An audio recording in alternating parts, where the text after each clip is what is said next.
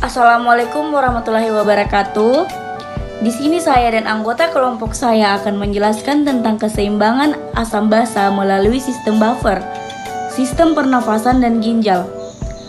Pengaturan dan keseimbangan asam basa dalam tubuh manusia penting untuk mempertahankan fungsi normal dari berbagai sistem biologis. Sistem buffer, sistem pernafasan, dan ginjal berperan dalam menjaga keseimbangan asam basa dalam tubuh. Berikut adalah penjelasan singkat tentang masing-masing sistem tersebut. Pertama, sistem buffer. Sistem buffer adalah mekanisme pertama dalam mengatur keseimbangan asam basa dan terlibat dalam menstabilkan pH tubuh. Buffer adalah larutan yang terdiri dari pasangan asam basa konjugat yang mampu menyerap atau mengeluarkan ion hidrogen. Untuk menjaga pH tetap dalam rentang normal, beberapa contoh sistem buffer dalam tubuh termasuk pasangan bikarbonat, protein plasma, dan fosfat. Ketika konsentrasi H+ meningkat, buffer akan menyerap H+. Sebaliknya, ketika konsentrasi H+ menurun, buffer akan melepaskan H+. Nah, yang selanjutnya itu adalah sistem pernafasan. Sistem pernafasan berperan dalam mengatur keseimbangan asam basa dengan mengontrol kadar karbon dioksida atau CO2 dalam darah. Ketika CO2 dihirup, ia bereaksi dengan air dalam tubuh membentuk asam karbonat yang kemudian berdisosiasi menjadi ion hidrogen atau H+ dan bikarbonat. Jika ada peningkat konsentrasi H+ atau peningkatan keasaman dalam darah, sistem pernafasan akan meningkat laju pernafasan untuk menghilangkan lebih banyak CO2 sehingga mengurangi jumlah H+ dalam darah. Sebaliknya, jika ada penurunan konsentrasi H+ atau penurunan keasaman, sistem pernafasan akan mengurangi laju pernafasan untuk mempertahankan lebih banyak CO2 yang kemudian akan membentuk lebih banyak H+. Dan yang terakhir adalah ginjal. Ginjal berperan dalam mengatur keseimbangan asam basa dengan mengeluarkan sisa asam atau basa dalam bentuk urin. Ginjal mampu menyerap ion hidrogen atau H+ dan mengeluarkan bikarbonat atau HCO3- ke dalam urin untuk menurunkan keasaman darah.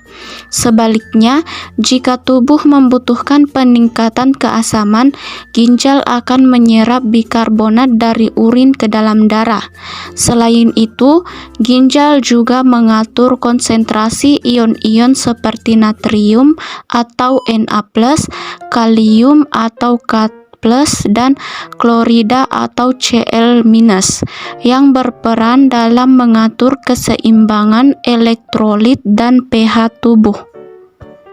Ketiga sistem ini bekerja bersama-sama untuk menjaga keseimbangan asam basa dalam tubuh.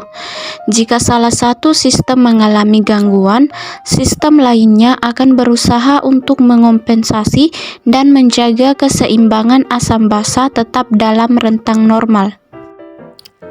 Asidosis pernapasan disebabkan oleh PCO2 yang lebih tinggi.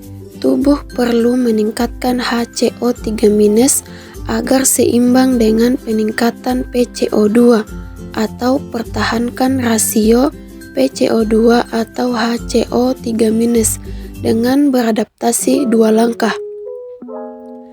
Langkah pertama yaitu menit pertama atau jam sistem buffer bekerja, khususnya buffer seluler seperti hemoglobin atau protein akan datang untuk membantu menjaga penurunan pH, sedangkan ECF buffer seperti HCO3- memiliki peran yang kecil. Plasma HCO3- tidak menurunkan asidosis pernapasan, sedangkan plasma HCO3- akan menurunkan asidosis metabolisme oleh buffer seluler dapat menghasilkan sedikit HCO3-. Kedua, bagian terakhir akan bekerja selama 3-5 hari. Selama periode ini, HCO3- akan memainkan peran besar.